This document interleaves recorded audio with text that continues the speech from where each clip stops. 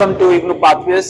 Today we discuss the paper MHI 109 और MHI 09 जो भी आप कहना चाहे।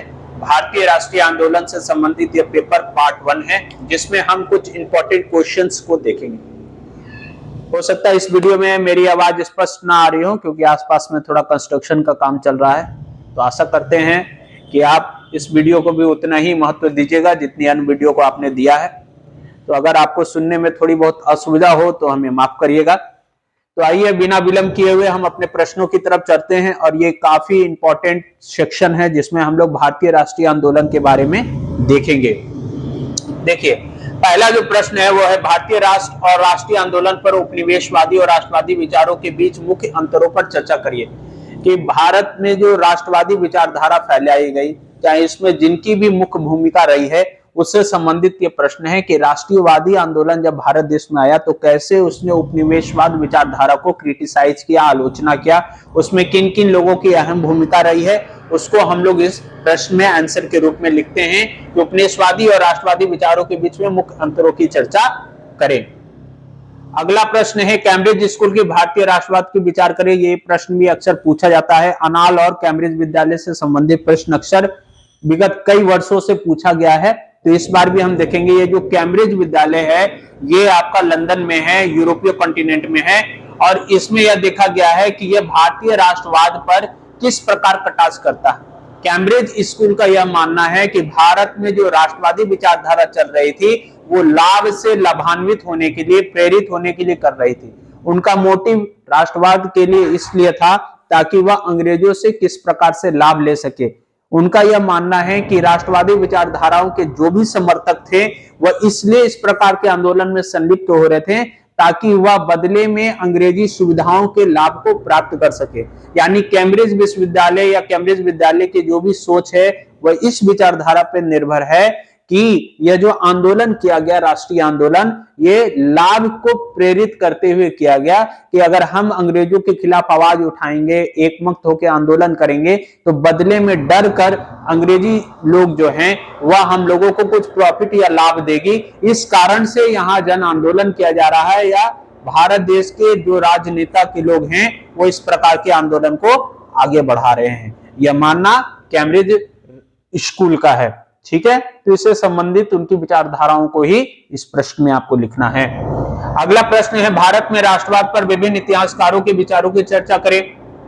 जितने भी इतिहासकार आपके देश में हुए हैं उनकी क्या विचारधारा रही है राष्ट्रवाद के प्रति, कि देश में उस समय राष्ट्रवाद को फैलाने में किस प्रकार का मदद लिया गया, कैसे जन जन तक इस आंदोलन को पहुंचाया गया, उस आंदोलन के प्रति उनके विचारधारा क्या क्या है, इन चीजों को मद्देनजर रखते हुए प्रश्न संख्या 3 में आपको लिखना है। आर्थिक राष्ट्रवाद क्या है, उपनिवेशवाद के बारे में उनके क्या विचार थे। आर्थिक राष्ट्रवाद का मतलब है कि हमारे देश की जो संपत्ति है, हमारे देश की जो प्रॉपर्टी है, हमारे देश के जो संसाधन है, उस पे राष्ट्र का ही अधिकार होना चाहिए। जैसे हम लोग अंग्रेजों के उपनिवेश थे तो हमारे ज्यादातर संसाधन जो है वह ब्रिटेन, इंग्लैंड और उपनिवेश वाले जो लोग हैं वो क्या करते थे, यूज करते थे। तो हमारी देश की आर्थिक संपत्ति को हमारे ही देश के लोगों द्वारा ही प्रयोग किया जाना ही आर्थिक राष्ट्रवाद का परिचायक है। स्वदेशी आंदोलन के पतन के कारणों के विस्तार से चर्चा करिए कि स्वदेशी आंदोलन क्या है, क्यों स्टार्ट हुआ, इसके पीछे के क्या उद्देश्य थे। तो स्वदेशी आंदोलन की शुरुआत तब मानी जाती है जब पहली बार बंगाल का विभाजन किया गया, क्योंकि बंगाल एक काफी बड़ा प्रांत था। तो उस बंगाल को संभालने के लिए अंग्रेजों ने सोचा कि इसे हम 2 टुकड़ों में बांट देते हैं। उससे क्या होगा कि हमें शासन करने में सुविधा होगी, हमारी जो भी पॉलिसीज होगी उसको हम सही तरीके से वहां इंप्लीमेंट कर पाएंगे। तो जैसे ही लॉर्ड कर्जन के टाइम पर यह आंदोलन शुरू हुआ, इसलिए क्योंकि उसने यह घोषणा की कि हम बंगाल को 2 पार्ट में डिवाइड करने वाले हैं। तो 1905 का वो साल है जब बंगाल को पहली बार विभाजन करने की नीतियों के तहत अंग्रेजों ने इसकी शुरुआत की।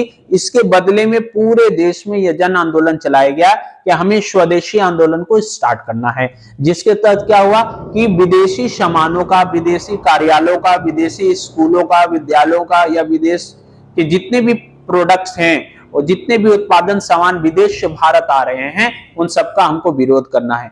इसके बदले हमें क्या अपनाना है, तो अपने देश की खादी वस्त्र को अपनाना है। अपने देश में जो सूती वस्त्र बन रहा है चरखे पे काटकर, जो गांधी जी ने बताया था, उसको करने का प्रयास किया गया। तो इस स्वदेशी आंदोलन में बढ़ चढ़कर महिलाओं ने भी और बच्चों ने भी हिस्सा लिया। जगह जगह पर आग लगाया जाता था, बहुत सारे कपड़ों को इकट्ठा करके और आग लगा दिया जाता था, विदेशी चीजों को तोड़ा जाता था, बहिष्कार किया जाता था। जितने भी विदेश के फंड से चलने वाले सरकारी विद्यालय हैं, सरकारी कर्मचारी हैं, वो आना जाना बंद कर दिए थे। तो इस प्रकार का आंदोलन जो है वो काफी व्यापक स्तर पर चलाया गया। महात्मा गांधी ने भारत में जन आंदोलन की शुरुआत कब और कहां से की? तो जैसा कि हम जानते हैं कि भारत में गांधी जी का जो आगमन है वह 9-10 जनवरी को हुआ था। ठीक है, तो 9-10 जनवरी को जब ये भारत आए थे वर्ष 1915 के आसपास, तो उन्होंने क्या किया कि पूरे देश में सबसे पहले उन्होंने जन आंदोलन को शुरुआत करने से पहले उन्होंने वहां की मनोस्थिति को जाना कि यहाँ के लोगों की मांगे क्या हैं, कौन कौन से डिमांड्स है जो गांधी जी को चाहिए। तो गांधी जी जिस प्रकार से साउथ अफ्रीका में बहुत सारे आंदोलन को चला रहे थे, ठीक वैसे ही उन्होंने उसी कार्यशैली के अनुसार भारत में भी अनेकों प्रकार के आंदोलन को स्टार्ट करने का प्रयास किया। ऐसा माना जाता है कि वर्ष 1917 में पहला जन आंदोलन जो उन्होंने चंपारण से शुरुआत किया था, ये वही चंपारण बिहार का है जहां गांधी जी को राजकुमार शुक्ल नाम के व्यक्ति ने इसलिए बुलाया था क्योंकि वहां के जो जनमानस है, वहां के जो किसान है, वो ज्यादा इसलिए पीड़ित थे कि उनके खेतों में नील की खेती कराई जाती थी। ठीक है, तो उससे क्या होता था कि वहां की जो उर्वरक शक्ति है, वहां की जो उत्पादन क्षमता है, वह पूरी तरह से बर्बाद हो रही थी। तो चंपारण के किसान आंदोलन को बढ़ाने में महात्मा गांधी की अहम भूमिका रही है। उसके बाद उन्होंने खेड़ा, अहमदाबाद, इन जैसों पर भी वहां के मिल वर्करों से मिलकर उनके आंदोलन को भी जन आंदोलन में बदलने का बहुत ज्यादा प्रयास किया। तो हम ये देखते हैं कि महात्मा गांधी जो हैं, उन्होंने चंपारण, खेड़ा और अहमदाबाद जैसे 3-4 जगहों से अपने आंदोलन की शुरुआत की और पहले ही जन आंदोलन में उसे काफी ज्यादा समर्थन देखने को मिला है। तो हम कह सकते हैं कि महात्मा गांधी ने इस जन आंदोलन की शुरुआत करने के साथ साथ पूरे ब्रिटिश को भी यह मैसेज दिया कि अब जो है इस देश को एक ऐसा नेता मिल गया है, एक ऐसा व्यक्ति मिल गया है जो इस देश की भूमिका आने वाले 10, 15, 20 सालों में बदल कर रख देगा। यानी लोग अब अपने अधिकारों के बारे में सोचने लगे। उन्हें एक ऐसा नेता मिल गया जो उनके जन आंदोलन को आगे बढ़ा सकता है। सविनय अवज्ञा आंदोलन पर चर्चा करें तो सविनय अवज्ञा आंदोलन का जो काल है, इसे 2 फेज में देखा जाता है। 1930 में यह शुरू हुआ और 1932 तक चला। फिर 1932 में कुछ दिनों के लिए रुक गया क्योंकि 1932 के शुरुआत में ही गांधी जी कहां चले गए थे, तो लंदन चले गए थे गोलमेज सम्मेलन के लिए। उसके बाद इसका दूसरा फेज शुरू हुआ जो 32 से 34 तक चला। तो ऐसा हम ओवरऑल समझ सकते हैं कि वर्ष 1930 से लेकर 1934 तक क्या हुआ, सविनय अवज्ञा आंदोलन जो है वो महात्मा गांधी जी के द्वारा चलाया गया। इस सिविल डिसओबीडियंस मूवमेंट के तहत गांधी जी अनुनय विनय करके अंग्रेजों से अपनी मांगे पूरी करवाना चाहते थे, जिसमें सबसे अधिक भागीदारी देश की महिलाओं की रही है। तो इसमें प्रमुख जो मांगे थी कि हमारे देश को तो आप आजाद कर दीजिए, जितने लोग को बंदी आपने बनाया है इस जन आंदोलन में उसको छोड़ दीजिए, और यह भी मांग की गई थी कि जो ये फर्स्ट वर्ल्ड वार में इन्होंने हम लोगों से वादा किया था कि फर्स्ट वर्ल्ड वार में भारतीय सैनिकों का सहयोग के बाद हम इस देश को आजाद कर देंगे, छोड़ देंगे, ठीक वैसे ही ये कह रहे थे कि इस बार जो सेकंड वर्ल्ड वार होगा या होने की जो संभावना बन रही है उसमें भारत की तरफ से कोई लोग नहीं लड़ने जाएंगे। तो इस तरह की बातों को यहां पर रखा गया था। ठीक है, साइमन कमीशन के गठन को लेकर भारतीय राष्ट्रवादियों की प्रतिक्रिया को स्पष्ट करिए। वेरी वेरी इंपॉर्टेंट क्वेश्चन है साइमन कमीशन। देखिए, भारत की जो ये नियम कानून है उसको देखने के लिए ब्रिटिश गवर्नमेंट ने सन 1927 में एक कमीशन का गठन किया।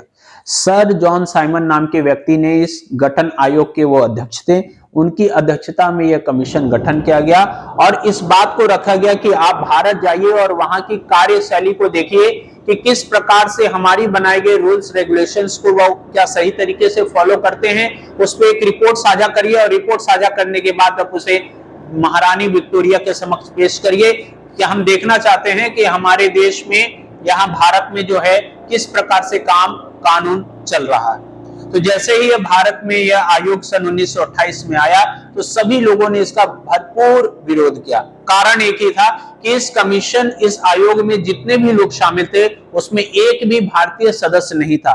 तो भारतीय सदस्य ना होने के कारण इन तरह के आयोगों को पूरी तरह से बहिष्कार किया गया, क्योंकि जो लोग हमारे देश में हमारे ही कानून प्रणाली को देखने आ रहे हैं, अगर उसमें एक भी भारतीय सदस्य नहीं होगा तो यह जाहिर सी बात है कि भारत के बताए गए नियम कानूनों को वो अपनी तरफ से रिपोर्ट में लिखेंगे और निगेटिविटी वहां फैलाएंगे कि भारत के लोग जो हैं वो इस कानून को सही तरीके से फॉलो अप नहीं कर रहे हैं और एक गलत संदेश मैसेज वहां जाएगा। इसलिए काला झंडा दिखाकर काफी ज्यादा इसका विरोध किया गया। ये वही आंदोलन है जिस आंदोलन में हमारे पंजाब के जो नेता थे लाला लाजपत राय, उनके सिर पर लाठी लगने के कारण उनकी मौत हो गई थी।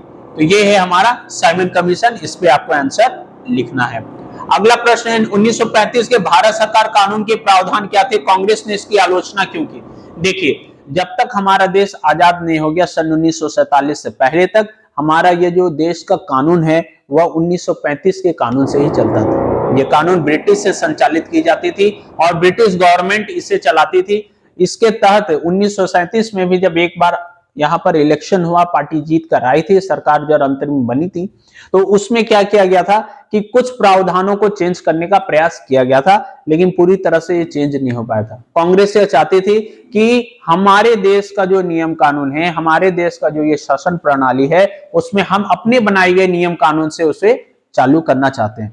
वो बात की कहानी है कि बाद में फिर संविधान बना, संविधान के लिए आयोग बैठक बना, इसके पीछे की कहानी कुछ और है, पर हम ये मान के चलते हैं कि 1935 का जो ये भारतीय सरकार अधिनियम है, इसी के तहत देश तब तक चलाया गया जब तक हमारा अपना संविधान बनकर तैयार नहीं हुआ। दांडी मार्च और राष्ट्रवादी आंदोलन पर उसके असर के बारे में टिप्पणी करें। दांडी मार्च आप लोग जानते ही हैं, दांडी एक जगह है गुजरात में, ठीक है। तो वो दांडी जो है वो समुद्रीय तटीय से सटा हुआ इलाका है जहां पर गांधी जी ने नमक आंदोलन की शुरुआत की थी। तो जो ब्रिटिश गवर्नमेंट है उन्होंने क्या किया कि नमक पर टैक्स लगा दिया। आप जानते हैं आपकी नमक और चीनी एक ऐसा सामान है जो आम जनजीवन के लिए काफी ज्यादा महत्व रखता है।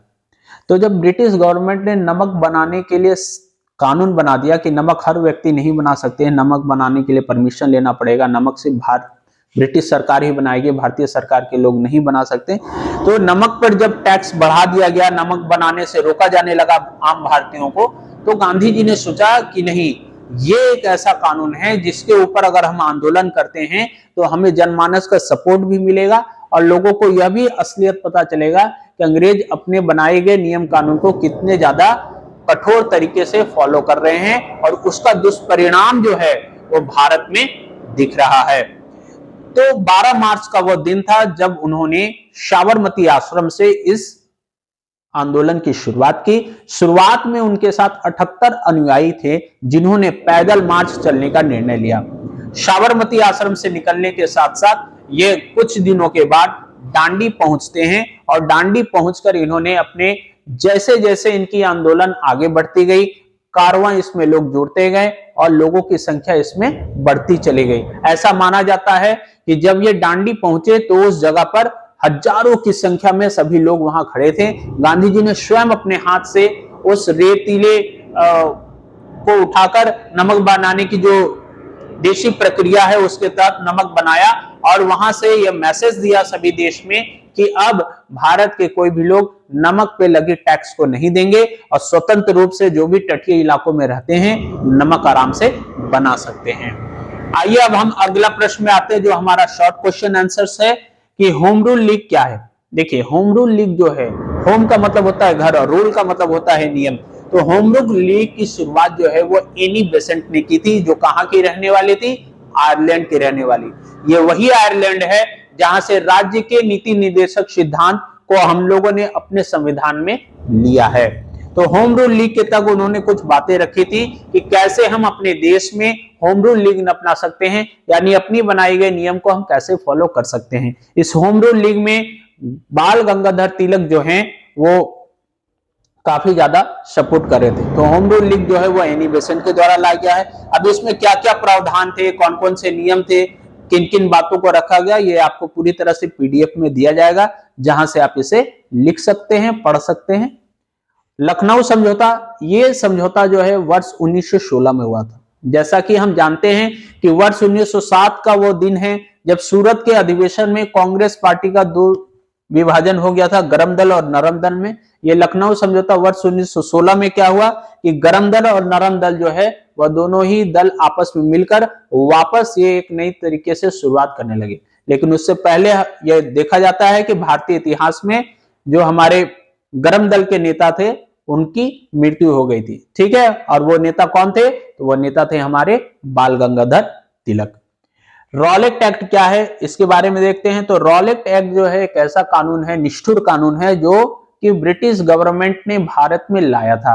इस कानून के तहत जो भी लोग अगर वह किसी भी तरह से पकड़े जाते थे जो ब्रिटिश गवर्नमेंट के खिलाफ काम कर रहे हैं या उस काम करने के दरमियान उसमें शामिल हैं, तो उनको बिना अपील, बिना दलील, बिना वकील रखे उन्हें क्या कर दिया जाता था? जेल में डाल दिया जाता था।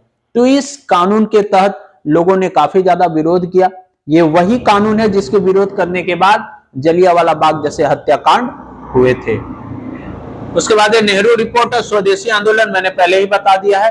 तो ये हमने कुछ 10 से 11 प्रश्नों को देखा है जो MHI 0109 का पार्ट 1 है। बहुत जल्द हम पार्ट 2 के साथ भी आपके साथ जुड़ेंगे। अगर इन सभी प्रश्नों का आपको सिस्टमैटिक तरीके से उत्तर चाहिए तो आप दिए गए नंबर पर संपर्क करेंगे। आपको पीडीएफ बहुत ही मिनिमम चार्ज के साथ आपको दिया जाएगा, जहां से आप इन सारे प्रश्नों को डिटेल्स में देखेंगे। किस प्रकार से प्रश्न के उत्तर लिखने हैं वह भी उसमें बहुत ही सीक्वेंस तरीके से बताया और समझाया गया है। तो इसी तरह आप हमारे वीडियो चैनल से जुड़े रहिए और हमारे बताए गए दिशा निर्देश के अनुसार कल से शुरू होने वाले 2 तारीख से जो आपका एग्जाम शुरू होने वाला है, टर्म एंड एग्जाम, उसमें आप अच्छा आंसर लिख सकते हैं, अच्छे मार्क्स ला सकते हैं। आप वीडियो में जो भी सुझाव आपको दिया जा रहा है उसको आप फॉलो करिए।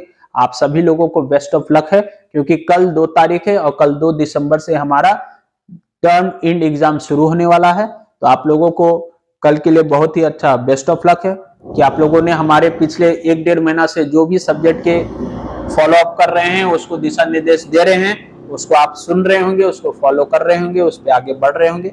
इसी तरह अब जो भी 2-3 टॉपिक बच गए हैं उस पर हम लोग वीडियो लाएंगे और बहुत जल्दी ट्यूटोरियल वीडियो भी है आपके समक्ष लाया जाएगा, ताकि हर पेपर का जो मेन पॉइंट्स है, मेन टॉपिक है, उससे संबंधित डिस्कशंस आपके सामने रखे जाएंगे। 15-20 मिनट, आधे घंटे का चर्चा रहेगा, जो आप एग्जाम से क्विक रिवीजन की तरह उसको आप देख सकते हैं। उससे रिलेटेड जो क्वेश्चंस आपको आएंगे वो आप एग्जाम के पहले उसको सुन लीजिए। 10-15-20 मिनट आराम से आपको 5-6-7 क्वेश्चन तो इजिली आप उन सभी टॉपिक से रिलेटेड कर सकते हैं। तो बहुत जल्दी हम लोग क्विक रिवीजन संबंधित ट्यूटोरियल वीडियो भी आपके सामने लाने वाले हैं।